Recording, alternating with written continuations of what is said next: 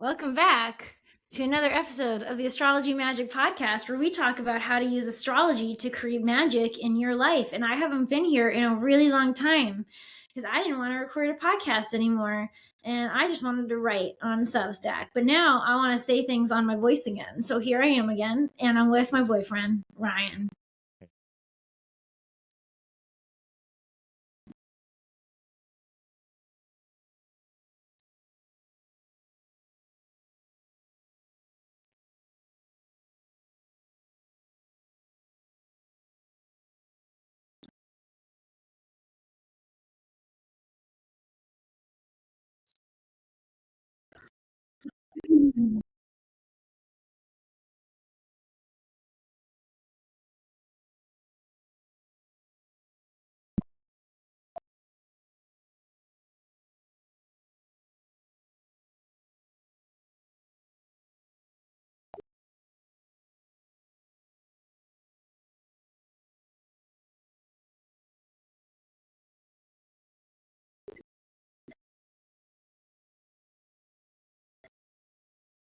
We're all in the spinning wheel of death.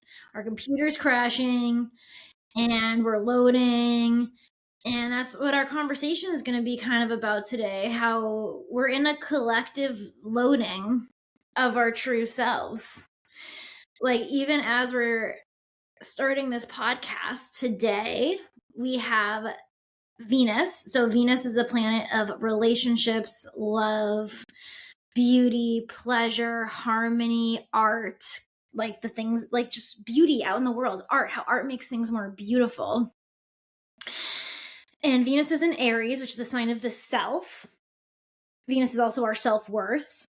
And it's with Neptune, which I was just explaining to Ryan. Neptune is the oneness. It is the collective consciousness. It is every possibility that there is out there. It is all that has been and all that ever will be. Neptune is the sea that connects us all. It is just as much, it can be superficial just as much as it can be deep. Like, think about how you can have an ocean. It can be shallow and a lot of things can be at the surface, but also there's like a lot of cool shit in the deep depths of the ocean where all those little fish that light up live. And then we also have Saturn there, all in Aries. And so Ryan doesn't know astrology, but me and him have this conversation a lot. So we're going to see how we can meet in the middle, where I'm going to talk about the astrology going on right now. And I don't know. We're going to see what happens, I guess. So for any of you guys that maybe are like me, that, I understand a small amount, like a surface level, about astrology. I believe in it. It's affected my life in many amazing ways, especially living with Rachel and her having really cool toys and tools like the Certainty Oracle. I remember one night I was kind of going through just a frustrating day, and she came in and she was all excited, like, "Hey, do you want to try my new thing out?" And, I was like, it's not going to help me. I don't even know why I'd try. And so she gives me it, and I go make a bag, because if you guys know me, I like to connect cannabis when it comes to my inner work. And so I connected a little cannabis, and the first question I asked this thing, it gives me a follow-up. I forget what it was. And then I answer another thing, gives me a couple other follow-ups.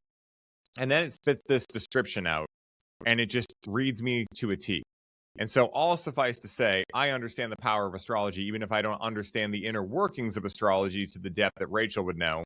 And so my goal here is to be able to see what she's saying and be able to put it in maybe other contexts, other terms that can help those of us out there that aren't masters of astrology like Rachel and a lot of our other listeners to be able to understand the gravity and the context of what we're talking about. So yeah, I'm really excited. Yeah, so something I've been talking about with Ryan a lot is me and Ryan have done a lot of plant medicine together. We've done a lot of mushrooms, high doses of mushrooms. And in my experience, a few different times on mushrooms, I have experienced the oneness, but I didn't remember what the oneness felt like. I remember what it felt like. I remember I experienced it, but I didn't remember all of the information that came with it when I wasn't tripping anymore. And recently, I feel like I've been remembering all the information that came with it. And so I'm doing my best to describe it because it literally feels like, I feel like this is downloading into me because it's Saturn and Neptune combined in Aries. So if Aries is ourself, Neptune is the oneness fabric, and Saturn is the structures that's manifested into our material reality. You know, like if Neptune is spirit, it's not manifested into our physical reality, but that's what Saturn is it is the structure that actually manifests something tangible. So when they're together, it's like we're finding the alignment of spirit within tangible structures of reality, which are new right now because they're Saturn. We're building new ones, but also we're finding who we are within those structures, each individual. Okay, so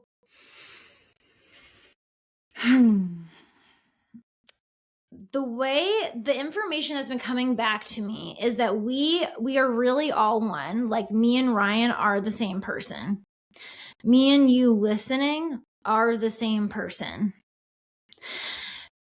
We are all the Neptune fabric, the spirit. But when we're born into a body, which is the Saturn structure. Brian was born into his body and I was born into my body, but we're literally the same fabric, just getting shoved into two different shaped things that have different pathways inside themselves. So when we were born, we were cut off from Neptune's vastness. We were cut off from the fullness of who we are, you, me, and Ryan, by being shoved into our individual bodies. And we came here to learn about that part of the whole. So I came here to learn to be Rachel and all that is in this part of the oneness of every possibility. And Ryan came here to learn to be Ryan, right? Now, Saturn is the planet. Whatever Saturn does in the sky and what it's doing in our birth chart makes us want to compare ourselves to others because we came here to learn about love, right? I talked about how Neptune is the higher octave of Venus. It is unconditional love because it is the unconditional love of the oneness. But we can't just learn about unconditional love when we're in the oneness because there's nothing to compare it to. There's just love. It's like saying a fish in water. Like a fish doesn't know it's in water. It literally just exists in water, just like we exist in air. We didn't know it was air. It's just us. It's all connected, you know? Like you don't know who you are. You're in it. And so Saturn can make us compare to other people because that is what we came here to learn here on Earth. We came here to learn what it feels like to be separated from love so we can learn what it feels like to have to make our way back to love. We can learn the contrast, that's Saturn. And that contrast was introduced to us through the structures in our body, which I look at as Saturn and I look at as our birth chart. So all the different lessons are lined up in our birth chart, and it's because we signed up to learn that part of Source. Am I repeating myself too much, or are you following? No, I think this is great. Yeah, I think this is great. Okay, cool. Thank you. And with Saturn and Aries, we're learning the boundaries of who you really are, like your deepest truth. The structure you came here to learn about and fill while you're here on Earth right now from the oneness is learning about itself. And we're creating new structures by getting more in tuned with who we are right now. Coming back to the bones of the structure as opposed to trying to compare ourselves to other people and be like them. Because I didn't come here to learn Ryan's lessons. Me and Ryan are the same person, you know?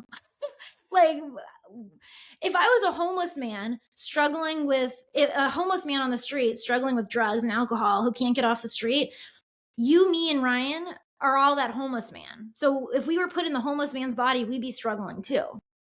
You know, does this make sense too? We'd have a potential to struggle. I mean, again, there is the idea of free will. There is the idea of, you know, how you make sense of experiences. And, you know, I'll say this real quick because I know you're in the middle of a point. It's kind of like why, for instance, I can talk about my dad passing away from brain cancer. And yeah, it's challenging to talk about, but I can talk about it. Whereas for other family members, they're still existing on the day he passed away. They haven't processed that yet. And as a result of that, the experience of my father passing even though it's objective, my dad died, right? There's no subjectivity there. He's dead. The way it's perceived subjectively is different based on the individual factors that come from, say, Saturn, based on your individual makeup that you chose to come in with. But you do have an ability to kind of like choose within that construct. But at the same time, the lessons, like for instance, my dad passing away was not something I could avoid. It was going to happen. But the way in which I interpret it is my quote unquote free will to exist within my Saturn placement, let's say, or Saturn, how do I say this correctly? Like Saturn makeup, I guess you would say. Does that make sense? Yeah, so each Saturn person has free will, but the thing is that because we're all one, if someone took spirit out of Ryan and put it into the homeless man, Ryan would feel like the homeless man. And he would have the same free will and thought processes and capabilities as the homeless man. So I get what you're saying, and I think that if you stayed inside Ryan right now and you went to the homeless man, you could actually impact the homeless man because you have a different structure, you have a different connection to the oneness and what's possible, and every person has free will. So your energy could affect the homeless man, but you're no different than the homeless man. Like literally, if we took you out of Ryan and we put you into the homeless man, you'll still be struggling with the same things as the homeless man. I don't care if you have free will because we're all one. Does that make sense? Yeah, I think if you were to take my spirit out of me and put it in the homeless man, the opportunity for that homeless man now with a different subjective view of the universe would be to make potentially different decisions, choose to have a different mindset. But again, like right at face value, you'd be in the same spot. Is that what you're saying? No, it's actually not. That's what I keep trying to express. It's like deeper than what I think we're talking about right now. So I'm really glad we're having this conversation so we can understand each other. I don't believe, like from my experience on these mushrooms and the things that are coming back, I don't believe we have separate souls. I literally believe we are all one fabric. And that fabric is getting pushed up into different canals. And that when we take the fabric out of Ryan returns to oneness. But that fabric that was inside the structure of Ryan is literally the same exact starting fabric as the structure that went into the homeless man. And so you'll still start at the same starting point as this homeless man. That homeless man could have infinite ways his life plays out, but you're not going to remember Ryan, and you're not going to have Ryan as a past history automatically to bring in, because when you return to the oneness, you return to all of us. So like my past lives are the same as Ryan's past lives, are the same as yours past lives. And this is why God can't judge, and we can't judge other people. Because even if I took Rachel out of me right now, I've transformed a lot of things, and I try to put myself inside the homeless man, I can't. Literally, that's what I'm trying to say, is that I don't see us having different spirits. I see us being oneness. So there is no judgment. There's no, oh, I have free will and this is who I am. So if you put my spirit inside the homeless man, I could probably fix the homeless man's life, or maybe I would have done his life differently. No, because literally we are the homeless man. Do you get what I'm saying? Does that make sense? I imagine what you were saying. I think I use different terminologies to discuss this. For me, spirit is the oneness that is in all of us. It's the same exact power source. If you think about a computer, right? You have the computer itself, which is the physical body. You have the operating systems on that computer, which I would reference as the soul, all right? And then you have the electricity powering the computer, and that I reference as spirit. So for me, and again, these are just terminologies, guys. It doesn't really matter how we think about it. We're talking about the same thing. But for me, I understand why if you just took the energy and you plugged it into a different computer, it would still be the same voltage. It would still have the same wattage, et cetera. It's the same battery pack. Yet at the same time, once the computer is powered with energy, the person, the subjective view of God in the equation, gets to choose what programs he or she uses. Like I have friends that use Logic Pro, for instance, right? And they edit their own music, make their own music, etc. I've been really on a music kick, guys. So that's what I'm going to bring up as an example today. Now, I don't know yet how to use Logic Pro. So if I go over to their computer and I try to use Logic Pro, it might as well be in Chinese. Okay? It's not that the computer itself having a program on it is going to make anyone be able to understand it. It's subjective for that person. Because even if you take 3 people that do understand Logic Pro, they're going to understand it differently. They might have different tricks or different ways in which they operate on that same program coming from the ultimate universal source of spirit and power. Does that make sense? It does. I think I have a question for you to make sure that we're on the same page. Yeah.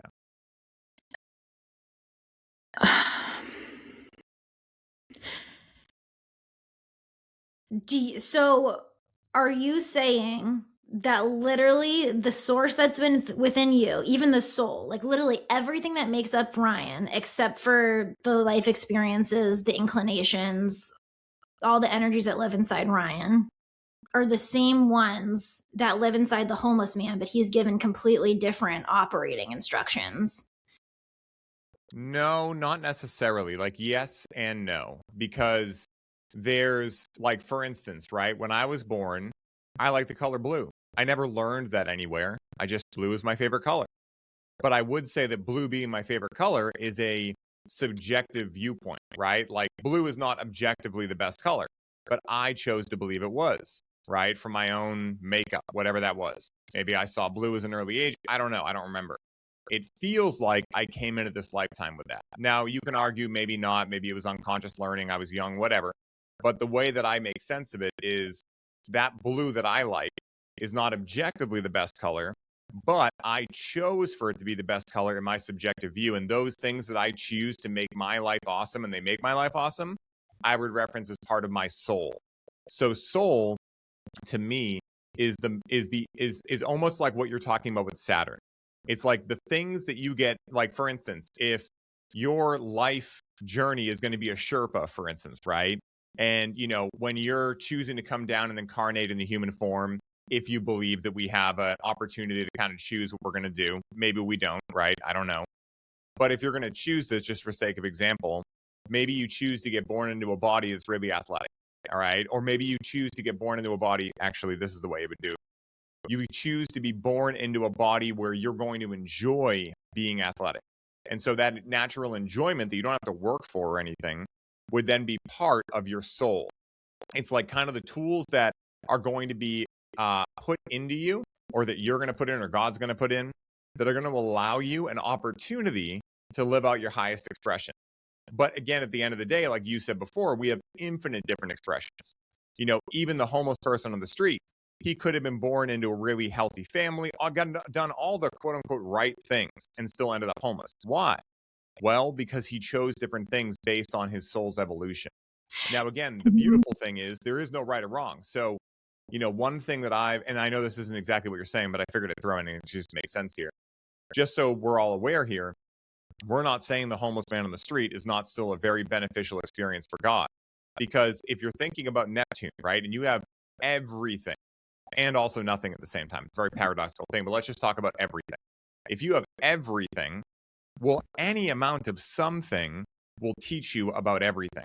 So whether it's the expression of Gandhi, whether it's the expression of the homeless man in the street, we in our humanness may judge like, oh, I don't want to be that. I do want to be this.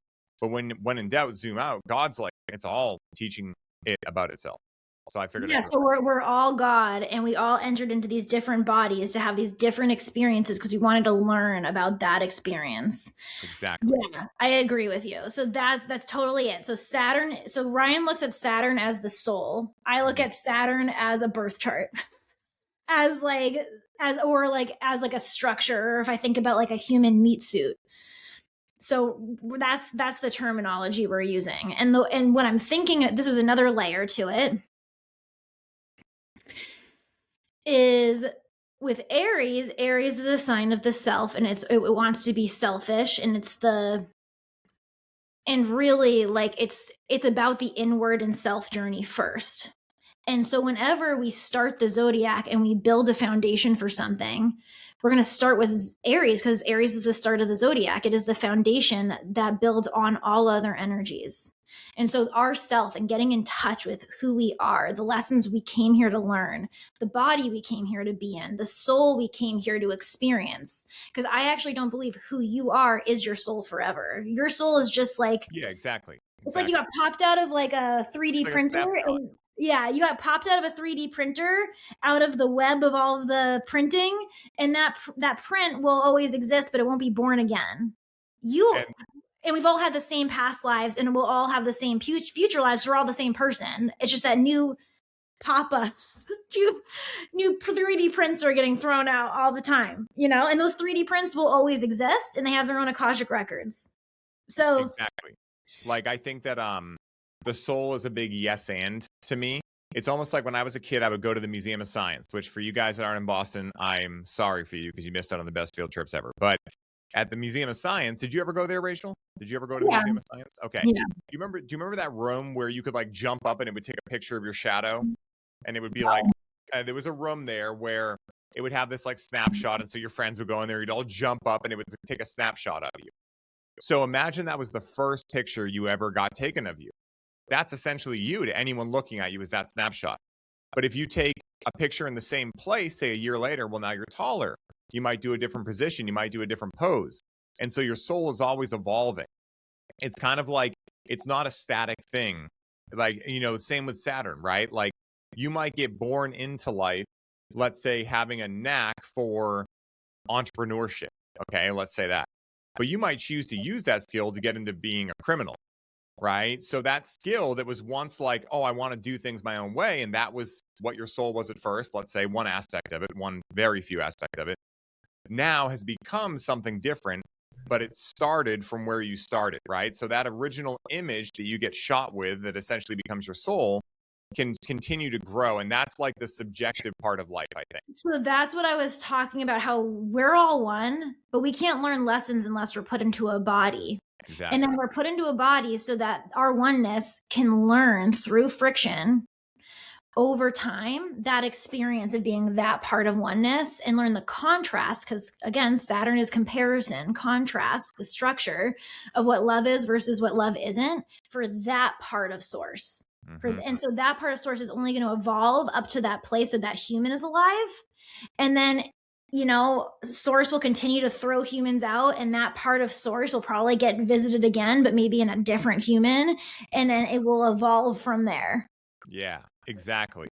And one thing that I'll throw in here that is just a caveat, that because you mentioned many of our psychedelic experiences, you know, one of the reasons that I haven't been called to as much deep psychedelic experiences like 5-MeO DMT or ayahuasca or any of these like really deep experiences is because I realized in one of these experiences that, you know, if we've been there forever, oneness forever, that's where we still are right now, right? We've always been there. We always will be. It's infinity. It never stops. It never ends. If we've been there forever, and yet we're playing a game, we probably got bored a little bit of being everything and nothing, oneness, infinity. And so what's the only game left to play when you're everything? Well, the only game left to play is to play something. And so we came down here for a snapshot in time, maybe 100 years if we're lucky, hopefully 150 maybe. And then we're back to oneness. We're back to infinity, where we've always been, where we always will be. So to me, when I realized that, I was like, wait a minute, I now want to start doing things that make this experience more enjoyable for me, because I'm only playing this game for a little while. And if I'm just bypassing, being like, I just need to get back to being home, I need to get back there, it's like, no, man, enjoy the game. You're meant to play the game. The game's not meant to play you. And so I think that that's one of the main reasons I love cannabis so much, just to throw that out there, because you guys know I'm a cannabis coach, is because it's one of the only medicines I find that really helps me connect to Mother Earth, to Ryan, to this subjective view. Now, I understand that's not who I really am, but I also signed up to play a game. And so right now I'm choosing to play the game.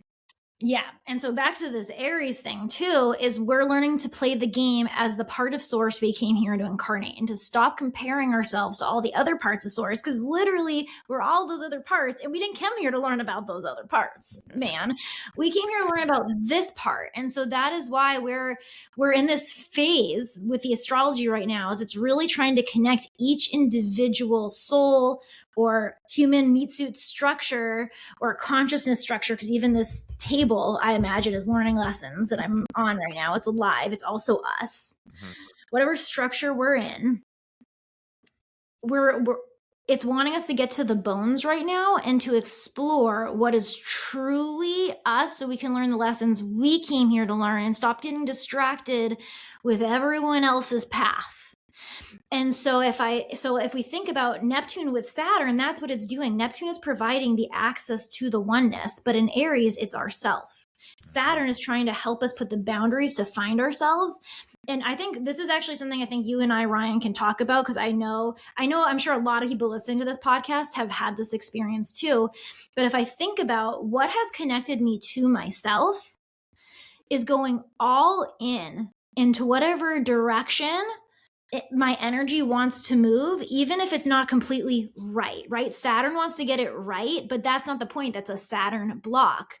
Saturn only finds its boundaries within the vastness by going all in a direction and seeing what worked and seeing what didn't work, and often falling on its face.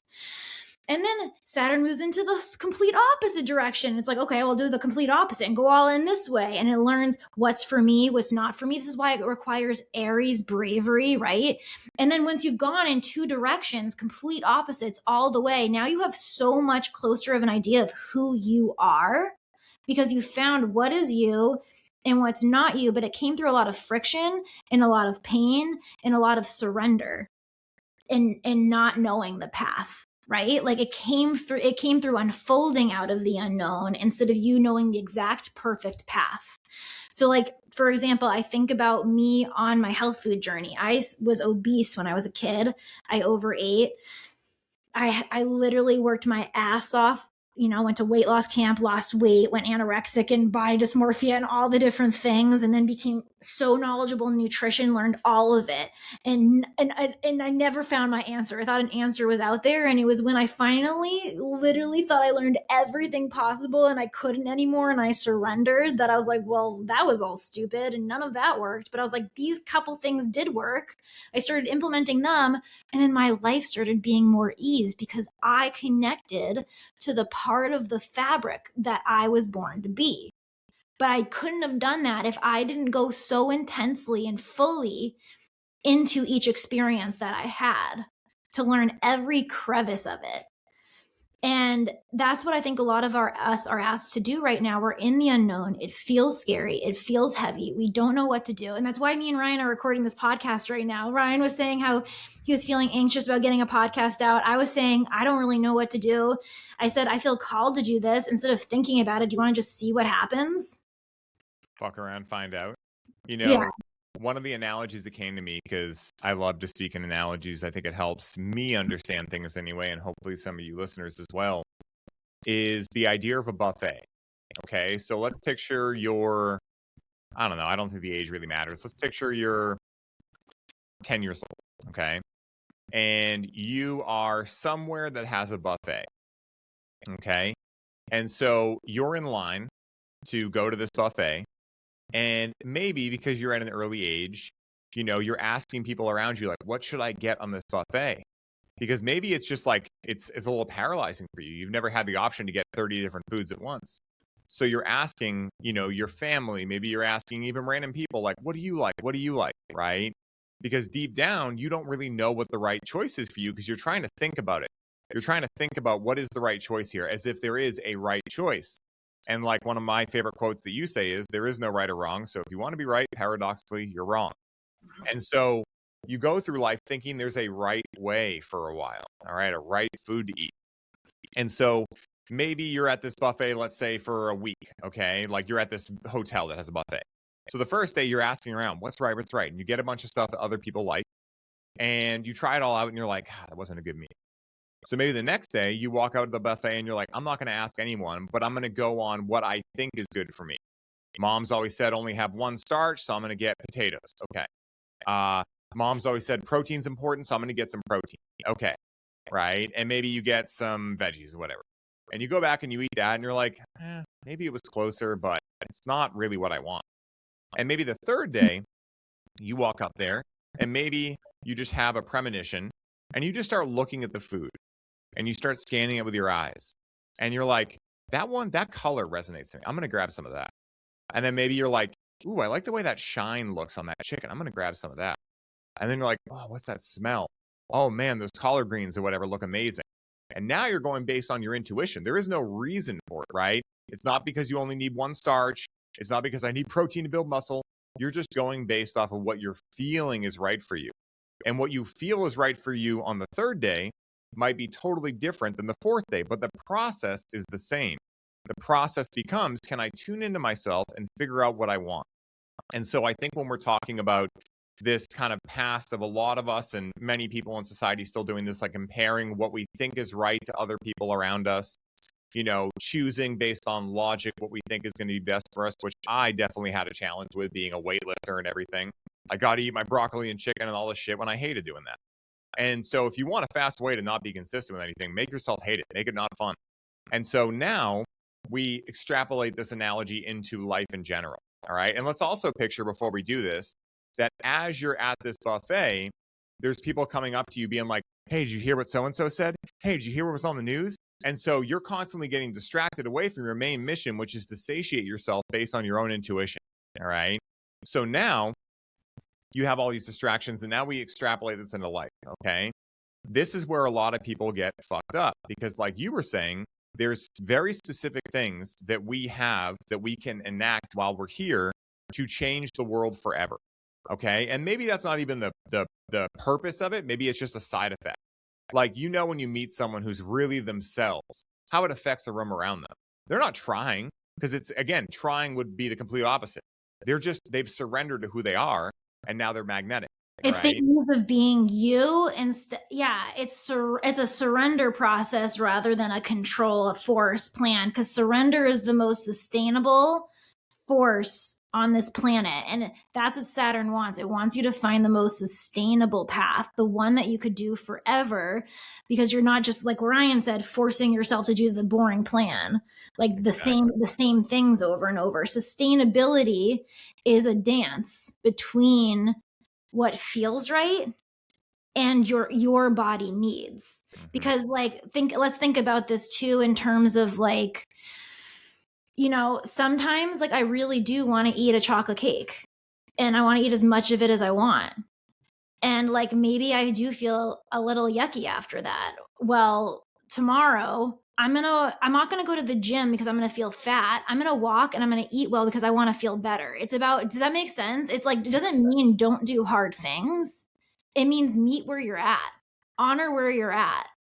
And have compassion for yourself, right? Yeah. When you notice oh, I did that thing again, just giggle with yourself because, again, like we were talking about or have compassion and love that you did it. Yeah, exactly. Hey, love that you ate all that cake and be like, wow, that was a great night. But I feel a little unbalanced now. So I'm coming back into balance. And again, we're talking about Venus is with Saturn and Neptune right now. Venus wants that balance and harmony. That's how Venus receives its abundance in this life. And think about this too, and then I'll wrap up with this. But think about this, right? If oneness is the idea and epitome of remembering, okay? Because when you're in oneness, you're in oneness, right? There's no forgetting you're in oneness. But when you're in somethingness, the paradox is you're not really something. You are everything, but you're playing a game in which you seem like something, some person, a person, right? And so the process of this world, I really feel, is two parts. Because I like to simplify and make efficient systems for my own life. There's just a lot to think about. It's forgetting or remembering. So maybe you've already had the experience where you've eaten a lot of chocolate cake before and you didn't feel the best after, right? And so you've already had that experience, but maybe you forget and maybe you eat the chocolate cake because maybe you're eating some feelings or whatever happens. Or you just eat it, right? You just fuck around and find out. The next day, when you wake up, your body's going to give you the opportunity to remember. But, there's a lot of facets that can come into play. If you have limiting beliefs, unconscious stories, whatever, you might have a challenge remembering that. But a clear vessel will help you wake up and go, ooh, yeah, I'm not going to do that again tonight. It doesn't mean you regret it.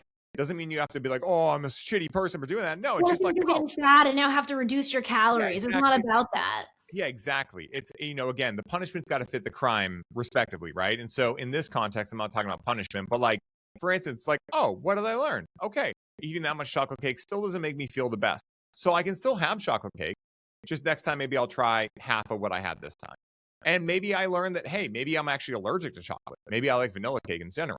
But if we can just look at it like trying on things at a dressing room, right? When we go to a clothing store, we're picking things out. And we're like, ooh, this is cute. Ooh, this is going to look good. And sometimes we go to the dressing room, we put it on and we're like, nah, How much thought do we put into that? And we're like, oh my God, we're the worst. How could we ever Well, dislike some people who have body dysmorphia, because I can speak for myself, might have spiraled exactly. in the And past. so that would be a distortion, And right? that's also a comparison of where we're learning to love ourselves, because that distortion was from my parents growing up. Not that they love me and they're awesome, but like also society, right? Like that distortion wasn't mine and my truth. And I don't have that distortion anymore. Literally, I could be any size.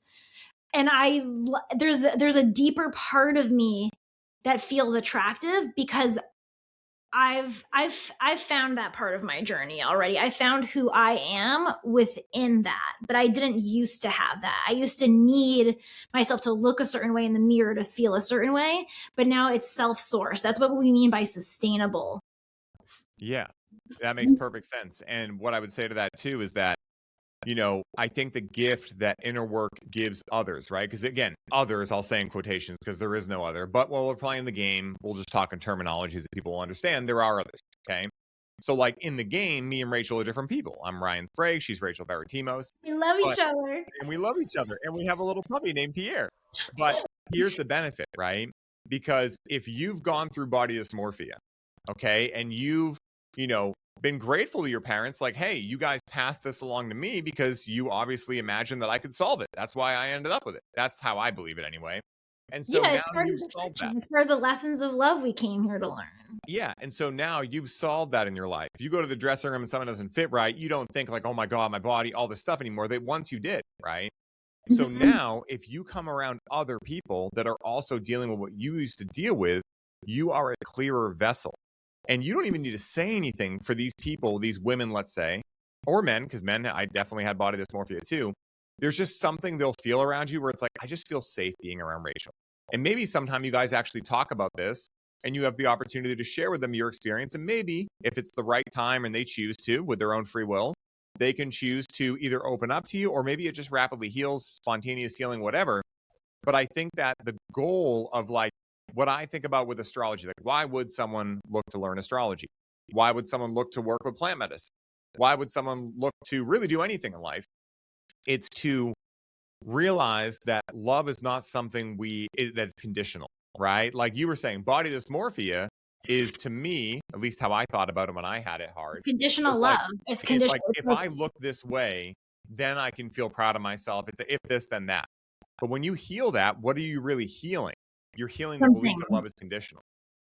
Yeah, you know? and when you realize, oh, I made love conditional on my body, so then I only allowed myself to eat certain foods and do this.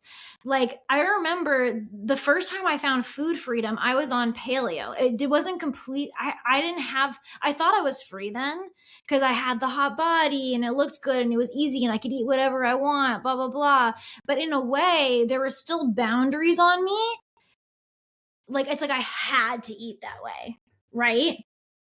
But now where I'm at with it is I've gone even deeper.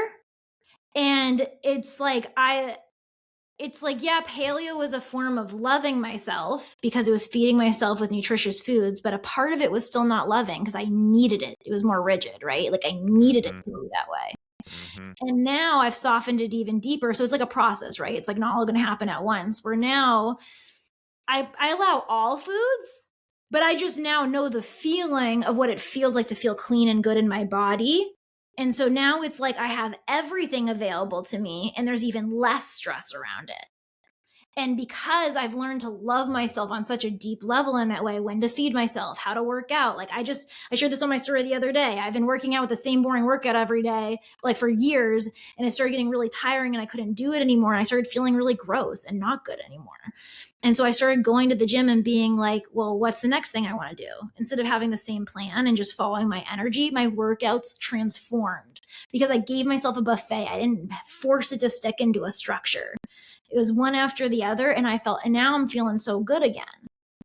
Does that make sense? It makes perfect sense. And what I would say there is that you've come back to having faith in yourself because now you know yourself well enough that if you wake up and you look in the fridge, maybe one day you eat more like a vegan, right? But not because you're vegan, but because that's what felt right to your body that day.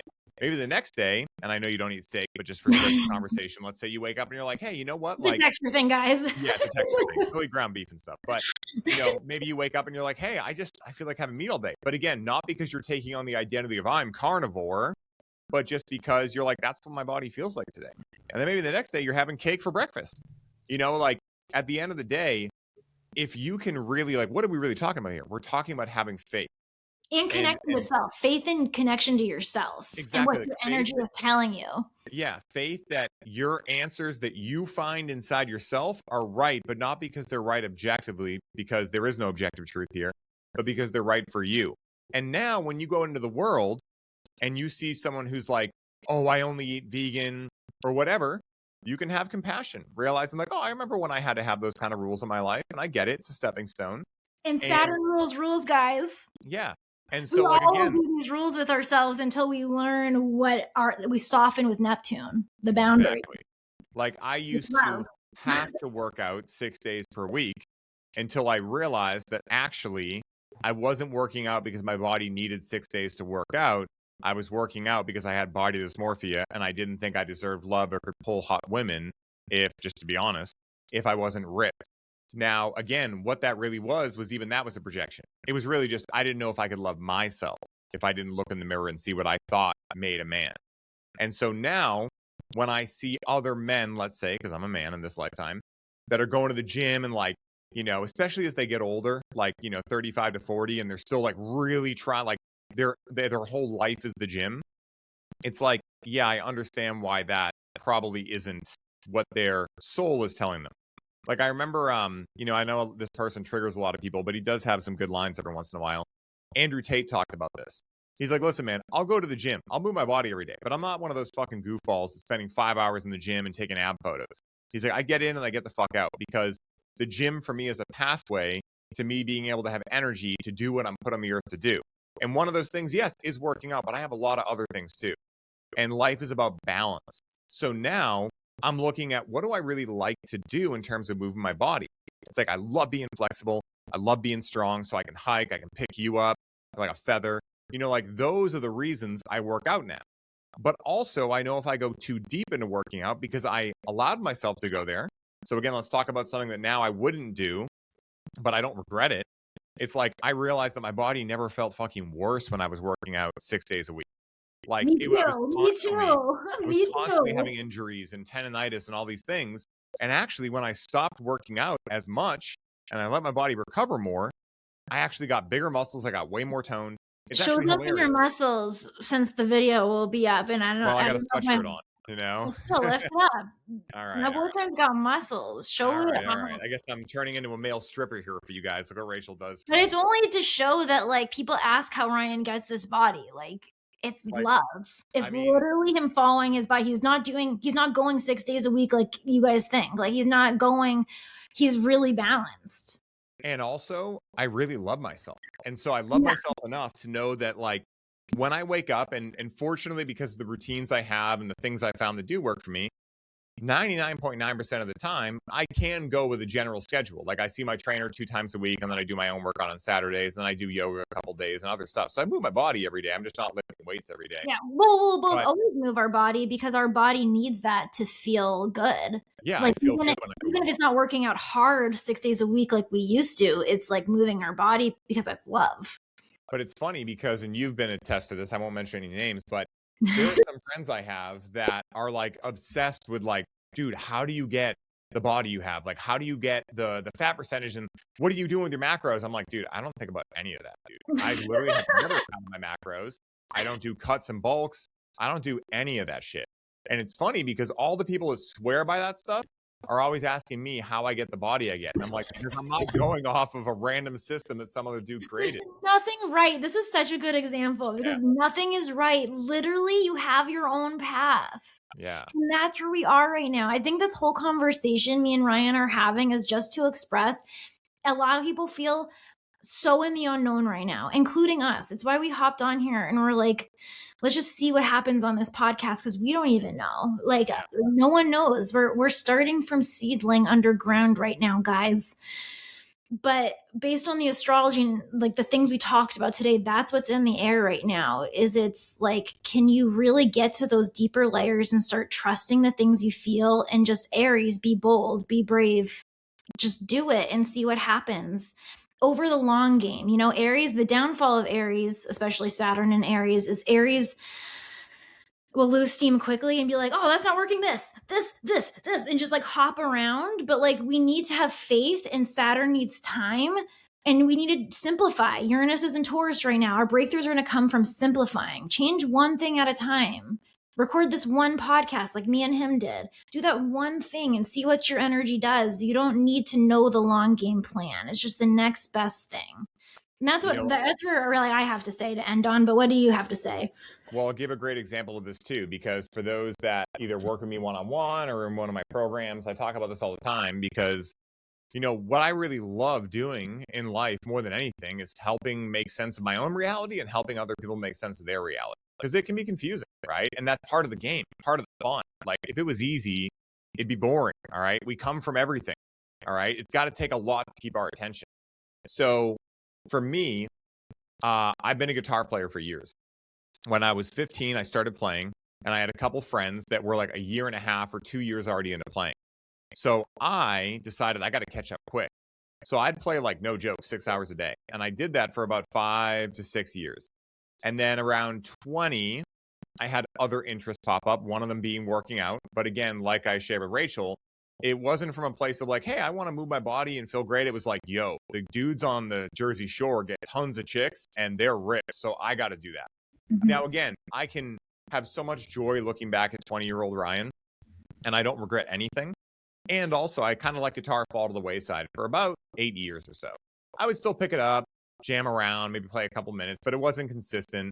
And for anyone that wants to get good at something, you know that the path is consistency, right? Especially with an instrument. Like, there are certain things where, yes, like, you know, spending 10 hours in front of a computer isn't necessarily going to make you better at operating the computer. With an instrument, yeah, it's pretty much like you just got to get rest. So anyway, I was lacking that structure for a while, but you know, there was a lot of things kind of boiling together. Number one, I had an insecurity around just being seen. Okay, that's been a big thing I've overcome in the past 6 years. So that was working against me. But also, like, I'd kind of been always someone that had a little bit of anxiety. You know, was a little bit afraid of putting myself out there. So I started going to clubs. I started partying late. It was fun. And fortunately, I got into health right before that. So I never let it go too crazy. You know, I'd never have too many drinks in the club, whatever. But, you know, that was really healing for me. Like being around women and being like, hey, like I can talk to women and like all these things. So I don't regret anything. But when you and I moved in together about 4 years ago now, 3.5, 4 years ago, I just all of a sudden got the thing of like, hey, I want to do this. I want to commit. And first I said to playing an hour a day. Now, the thing was that sounded like a great goal when I was all high on dopamine. But the next day, it was too big of a shift to make. Like from not playing at all for years pretty much to like an hour a day. And so I fucked around with this for a couple of months, wasn't staying consistent. And the first kind of cue I felt was like, oh, fuck, you know, I'll deal with that later. But that was the old pattern. So I decided, okay, what if I make a new goal, which like we're talking about here is, what if I don't have an end goal of this? Like, what if it's not to become a famous musician or to even be able to shred? What if I just make a goal to pick up the guitar once per day? So my minimum is 1 second per day of playing. And that transformed everything for me because now I got to have fun with it again. I got to just pick up the guitar, and some days I literally picked it up, strummed, and put it away. But I knew that I was hitting my goal every day. And this is why one of the things I tell my clients is like, make small goals that you can just smash, because then you get like momentum the going. next best step, and then your energy will tell you what to do with it next, and it'll bring you places you would have never thought. Exactly. And so then about a year into that, like, hey, I just want to pick up the guitar and play every day. It felt right for me to be like, I can make this a half hour now, because I knew I had it. I knew I had it again. I had stayed consistent. So I made it a half hour, and that was good. And then the beginning of last year, so about 13 months ago, I was like, all right, now I'm starting to get, and you know this feeling that I get sometimes, like now I get that I want to cover every inch of the driveway, you know, type feeling, which I'll share that story after because you guys are probably confused what the fuck I mean by that. But I got that like obsessive kind of like OCD, but in a good way. Like it wasn't from a place of like, oh, I suck at guitar or whatever. It was like, no, I know that the person I've become the last 6 years could fucking be an insane guitar player, and I'm excited for that. So I made a goal. I'm going to play an hour a day. And within the first month, that became 2 hours. Then it became sometimes 2.5, 3 hours. Sometimes it became 4. But the thing I did was I didn't fall into like, let me make it 2 hours a day and let me make it 3. I was like, nope, I stay at an hour. And because of that, I've now been on 2 hours a day every single day, except when we went to Italy for a week, for the last 13 months. And a lot of times it ends up like on weekends, like 3+ hours. Now, during this whole process, like, how does this connect to what you were saying? During this whole process, there's been a part of me that's like, man, like I don't have a lot of stuff on my calendar. You know, I stopped doing sales calls last year because I just fucking hated doing them, because I was getting on the phone with a bunch of people that just needed to be convinced. And I'm like, I'm not a convincer, man. You either know or you don't. Like, I'm not here to take your money. Like, you either know this is right for you, you don't. That's who I like working with. So I just decided to lean into it. I'm like, okay, my calendar's a lot less full. Oh, what am I feeling? I'm feeling like, am I going to be successful? Oh my God. Oh, that's a pattern. Why do I feel like having my calendar full and working hard equals success? So I started to lean more into this. And recently in the last 6 months, you know, or even 3 months, I stopped kind of doing my podcast for now. You know, my life has become a lot of open space. And all that feels right for me is just fill that space with more guitar. Now, I have no idea where this is going. I don't have any goal to make money with guitar or anything. I have no idea. But I've just learned, like, can I be comfortable not having an end goal, not knowing right now, and just exploring? And I think that's what you were sharing, you know, so eloquently. And just to give you guys, you know, that story real quick. When I was 6 years every old, inch of your driveway. the every inch of my driveway story. This is like, you know, peak me, guys. This is the epitome of this Virgo moon, Virgo rising man.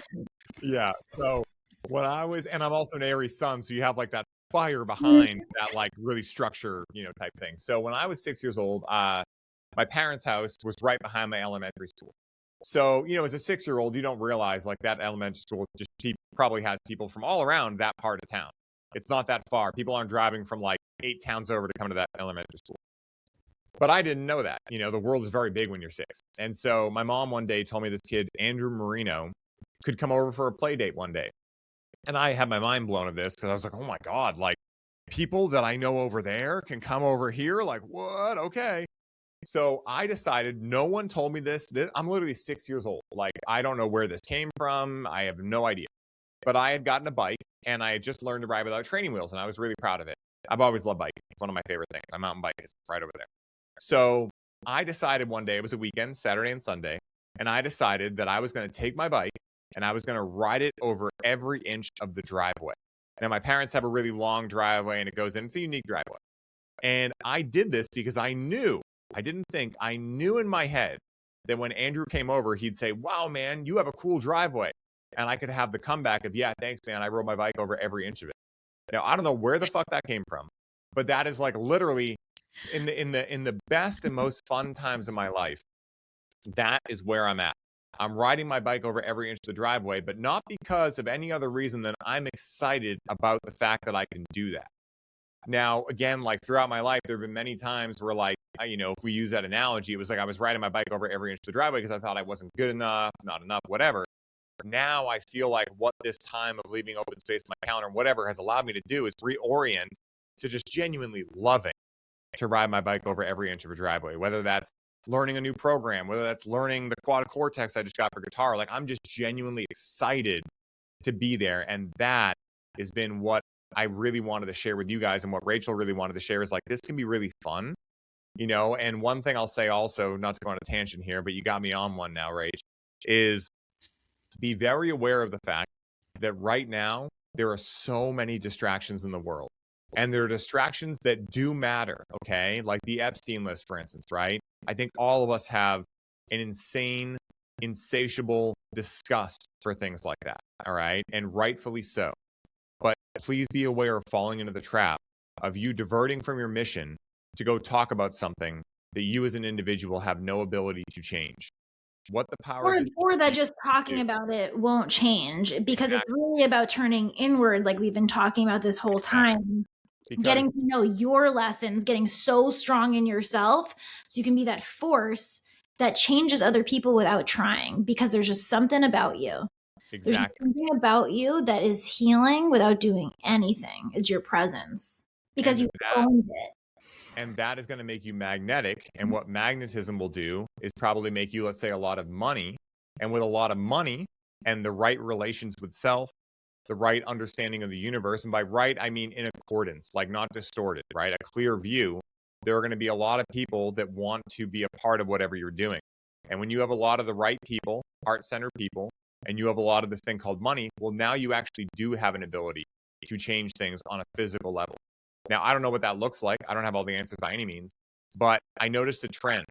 As soon as the Epstein list started coming out, when I would make content, some random person would be like, how dare you not be talking to blah, blah, blah, blah. And just like you just said, the best thing I can do for myself is work on me. But paradoxically, the best thing I can do for you or anyone else is also work on me. Because like we're each other, like we talked about in the beginning of the episode. Well, also, we didn't come to control each other. We came here to learn about the experience of being ourselves. Exactly. And you know what makes people feel safe in the world? You know what everyone, whether it's Epstein or Bill Gates or whoever it is, you know what they're really looking for at the end of the day? They're looking to feel like home. And now the challenge is that if you guys understand the negative and positive polarity, egocentric consciousness, what I would call force, can feel really good if you forget what God feels like. So you can mistake that feeling of like, you know, that power you get when you like get one over on someone. You can mistake that as home. Now, these people don't realize they have mistaken that for home. They'd call you a fucking idiot if you. That's why they need to keep doing bad things, because they're leeching energy as opposed to using sustainable energy, which is love, which is when you learn about yourself and come back to yourself and realize that it's all within you instead of needing to manipulate things outside of you and do bad things to other people to get it. So it's almost like you can take different paths while you're here. You can get all of your energy from other people and manipulating and different things like that, or you can get your energy by turning inward and following your energy so it builds. Because the less you follow your energy and you're in discipline, like if you were to ride every inch of the driveway, like Ryan said, because you don't think you're good enough, that's draining your energy. It might give you a spike the moment you hit the goal and then peter out. But riding over every inch because it's just fun and the energy's building and building and building, that's sustainable. And, you know, again, like if we think about individuals that have changed reality, right? Whether you look at someone like a Gandhi, you look at Jimi Hendrix, you look at, you know, someone like I don't even know, like just anyone, right? The Beatles. You look at anyone that's really made a positive impact. Why? Like, is it because they were a musician? They made good music. They solved world hunger. Like, no, it's because the only reason that they were able to make music that touched so many people, the only reason they were able to create world peace or, you know, allow peace to get out there, someone like a Jesus, a Buddha, you know, Gandhi, all of these people, is because they were remembering. And they were really good at remembering. And they forgot much less than other people, which is why everyone wanted to be around them. Now, if you ask these people, why do you want to be around them? Why do you want to go to their concerts? Why do you want to be around someone like Jesus? They probably wouldn't know. They'd just say, I feel really good around them. It's because these people are being anchors and they're holding the remembering of what reality truly is. That oneness is where we really are, and we're playing out a game here, and that's okay. It's comforting. And so now we talk about that quote again. The best thing I can do for me is work on me. The best thing I can do for you is work on me. So now, why is anyone choosing to just go online and complain about all the pain they don't want to think about versus running towards the pleasure of helping other people remember that, hey, at the end of the day, there's going to be a lot of things that happen. You can choose to be Darth Vader or Luke Skywalker in this game. And at the end of the day, we all go back home to the same place. And God is learning about itself. And, you know, again, these are what I would call high-level teachings in the sense of it took me a long time to be able to see the negative polarity as anything other than just something that shouldn't be. You know, because again, like these are atrocities. These are horrible things. But again, if you're believing that horrible things happen and there's no reason for it or whatever, you're going to wake up in a fucking nightmare. Okay? Well, can I end on one thing too, is we're all oysters or clams. I forget which ones actually make pearls. Oysters. Oysters. We're all oysters. So They're oysters. our I hope I'm clams? right with that. Not one of them, guys. It's not clams. It's got to be oysters. Okay. So the way You they now see why we're podcasters, not the way, biologists. the way they form pearls is by sand irritation. So actually, it's an internal irritation to their membrane that makes them start forming this pearl and cutting off that area. And the sand over time builds and builds till you get a beautiful pearl. The thing is the pearl doesn't just come out naturally. The pearl is a beautiful thing that stays inside the oyster. And every time you heal in it, it keeps the oyster alive. And it's beautiful. It's almost like you wouldn't have gotten that beauty without all of that friction and pain. But the thing is that beauty is not necessarily meant for other people. Like, this is really a journey about the oyster, or the journey about you. We came here to learn about love through contrast. And so we're going to have sand irritating us, but it's building a pearl inside you, a strength, an internal anchor. And everyone has different pearls. And I think we feel that pearl in other people. We might not be able to see it, but we can feel it. Just like, I don't know, I've never hunted oysters, but maybe when an oyster probably has some pearls in it. I don't know. Intuitively, maybe you would. That's actually an interesting question. And if we think about this too, right? Like, I'll use Paul Chek as an example because he's triggering to some people. When I first found Paul, I was obsessed. There was just something in him that I loved. But a lot of people don't like Paul. Oh, he's got 2 wives. Oh, he's egocentric, whatever it may be. Are they right and I'm wrong, or I'm right and they're wrong? No, we're both right subjectively for what we need in this lifetime. He might not be the best teacher for them. So, again, can we come to a conclusion where instead of being like, oh, I hate that, or that's not good, can we just say, that's not for me? It just all is. Yeah, exactly. It is. It all is, and it's all pathways for us to learn about beauty. Yeah. And love. Okay. And I love you, Bubby. I love you. You too. This is a great episode. I think this is a good welcome back. One way that I have found so helpful to connect to myself using astrology is tracking my lunar returns. And so that's why I have my Certainty Oracle, which is an AI I built, which is so powerful for me because it goes deeper than just looking at my lunar return. It looks at the moon phase. It layers over my natal chart, which I look at our birth chart as our lifelong lessons, and my solar return chart, which is our year-long lessons. And it tells me what my lessons are for my lifetime and my year that month. And it has literally been my number one tool to find my own internal boundaries. And so I'm offering it to you now. If you would like it, it's only $47. I'll put it in the show notes down there. And if you want to find my lovely partner in crime, where do you want them to find you? You guys can check me out on Instagram at The Real Ryan Sprague. I do have 2 podcasts, but I'm not currently running them, but they have probably, 300 plus episodes over there at the Highly Optimized podcast and the This One Time on Psychedelics podcast. And I'll, share this, that, like I said earlier in the show, I don't know astrology like Rachel does. Okay. And maybe you guys are like Rachel, maybe you're like me, but regardless, the Certainty Oracle has been insanely helpful for me, because for me, I'm not obsessed with astrology the way Rachel is. I have other things that, have helped me and whatever that I just nerd out on. But, for me, when it comes to astrology, I want to hop in, get what I want, and hop out. And that's what the Certainty Oracle for me has been really good at, because I could choose to stay in there for hours if I want to and get incredible help. But I don't need to if I have other stuff like guitar or whatever I want to do. And that to me is what makes this an award-winning product. Is that somehow Rachel has found a way that for the astrology buffs that love this shit, that live for it, yeah, it's going to do that for you. It's going to give you amazing feedback. But also for the people like me that are like, oh, astrology is cool, but I don't really understand it.